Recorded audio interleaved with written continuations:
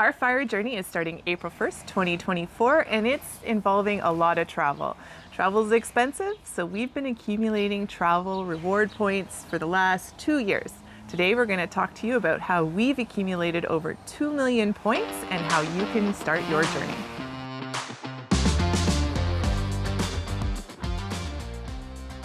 You might have heard about the term travel hacking, but basically what does it mean? In simple terms, this is the way that we use to accumulate points.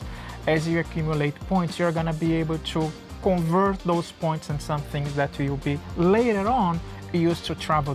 This is what we have done. This is how we were able to accumulate over the years more than 2 million travel-related points for airlines and also hotels.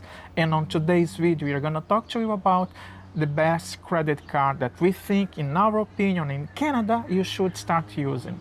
And if you stick until the end of this video, I'm gonna also share with you the other credit card that we use to travel overseas. In our opinion, this is the best credit card. For a specific reason, and we'll let you know what that is. For a specific reason, which one it is. Yeah.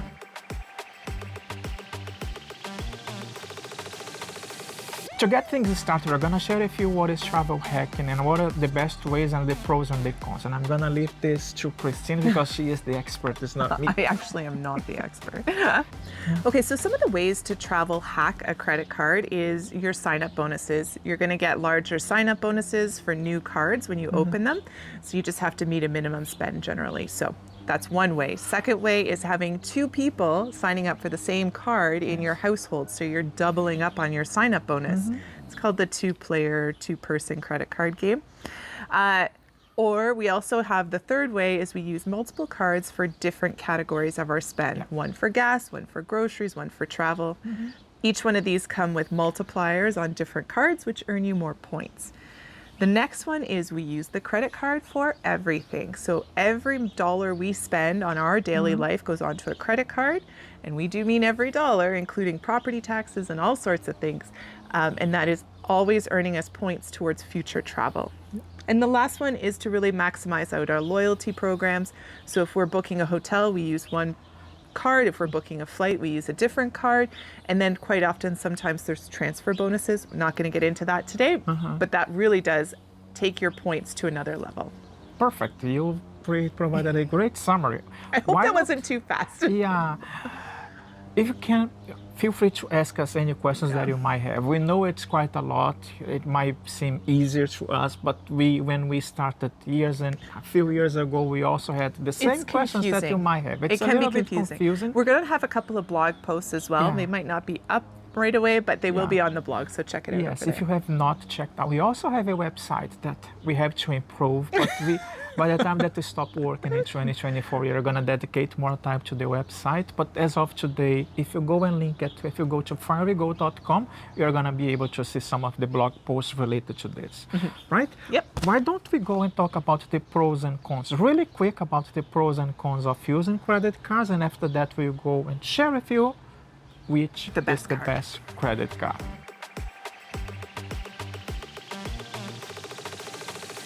The first pro is you're gonna travel for less. By the time that not free.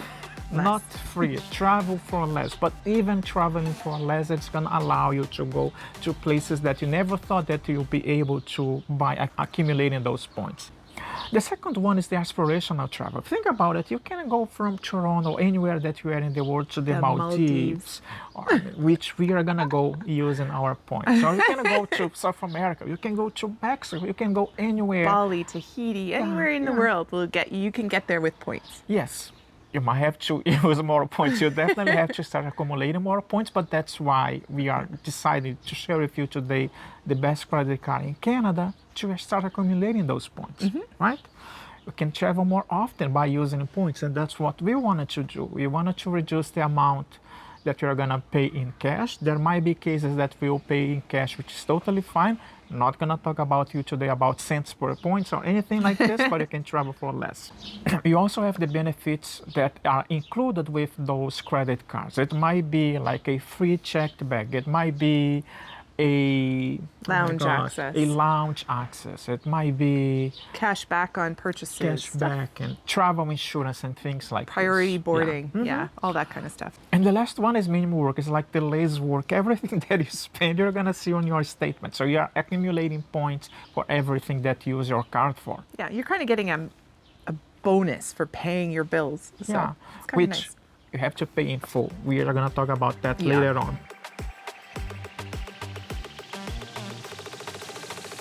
So you have to kind of, obviously credit cards come with a large responsibility. So every time you go to open a new credit card, it's going to hit your credit report. So you might see a dip in your credit, sorry, Amor. It's okay. Might see a dip in your credit report to start with, but if you pay that card off and you're diligent with your payments, your credit history is going to go back up. So it's not such a big deal.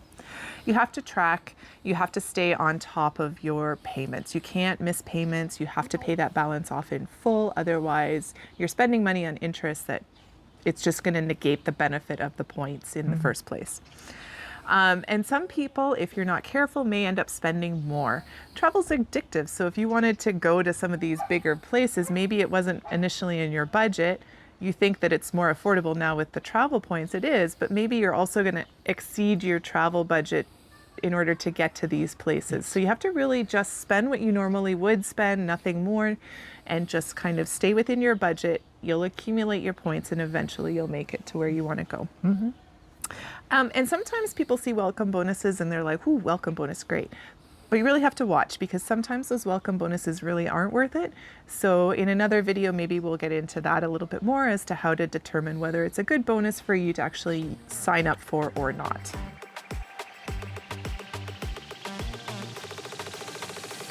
The best card we have in Canada is the Amex Cobalt card. It comes with a yearly fee of around $145 that's charged monthly for $12.99 a month. So it's not huge. But the best part of this card is you earn 5 points for every $1 you spend in the categories of groceries and dining out. And those are categories that most of us spend the majority of our monthly budget on. 100%. So give you an example. If you go to a restaurant, if your bill is $100, you are gonna receive 500 points for that specific restaurant. Yeah, and MR points are very powerful because they directly transfer to, I think, 6 airline partners as well as 2 hotel chains, Hilton and Marriott. In the States, it's a different game. We know that. You guys have a lot more transfer partners, but here in Canada, for this card, those are the options that we have. So it's very powerful. In addition, the sign-up bonus for this particular card is for the first year. If you spend $500 a month on the card, you receive a bonus of 2,500 points. So if you spend $500 in the grocery store, which isn't hard, let's face it, these days, $500 in groceries, you receive 2,500 points as a bonus, and 5 times that $500 because it's a multiplier category, so you received an additional 2,500 points. So 1 month, you're receiving 5,000 points minimum. It's complicated, it seems complicated, but once you start to really just look at the spending in your monthly categories, it does make it easier. It does. Yeah. The other really good thing with American Express is they offer you bonus offers, I guess, if you want to call them for lack of a better term. Each month you could receive some different bonus offers from American Express. The other month they had, you spend $30 at Dollarama, you get $5 back. I don't know about everybody else. I go to Dollarama quite a bit for a lot of different things. So you get $5 back. So, you know, little things all across the year really add up and sometimes take care of that annual fee altogether. So it turns out to not be a cost to you at all. Another great thing about this credit card is the referral program that Amex offer. We initially, with this card, Christine had the Amex Cobalt card. So she referred me to the card. The fact that she did refer me, she's got the referral bonus for referring another person. Yeah, and I think it was 10,000 points. Yeah, which I think is different now. It changes. Yeah. For example, we are going to see this link on your screen and hopefully you'll be able to use our link. We are going to receive points for referring you, and you will also get your points by the time that we start spending and making the payments in full every month. This is a must. Yeah, right? and then the idea is that you go ahead and refer a family or friend down the road. You Your get partner. partner, and you start accumulating the referral bonuses. And back and forth, right? That's kind of how that two-player game goes. So in addition to sign-up bonuses, you're getting referral bonuses. Yes. So basically, that's what it is. If you're interested, use the link, but no pressure, guys. No pressure.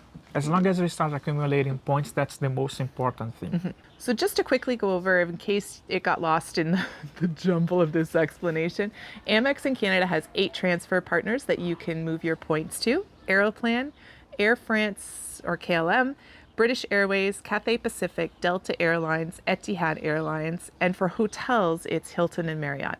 So you can transfer your Amex MR points to those programs and use them within those programs to spend on hotels or airlines. And this is usually what we do with our points. We transfer our points mostly to Aeroplan because we know that we can fly from Toronto to a few places around the world for a specific number of points. To give you an example, you can fly from Toronto to Cancun in Mexico. One way, it is going to cost you 12,500 points in economy. You also have to pay the fees, no matter what, these taxes are going to be included on the price. You can fly from Toronto to Europe, for example, to Amsterdam, and you're going to spend 34,000 points one way, plus taxes. You can fly from Toronto to Bogota in South America for 28,000 points one way, also in an economy, plus taxes. And the taxes are going to vary depending on the airport because those are determined, and you got to pay those, unfortunately. That's why we say it's not free, because at the end of the day, you're still going to be on the hook for your taxes and fees, right? But the majority of it is free. Yes.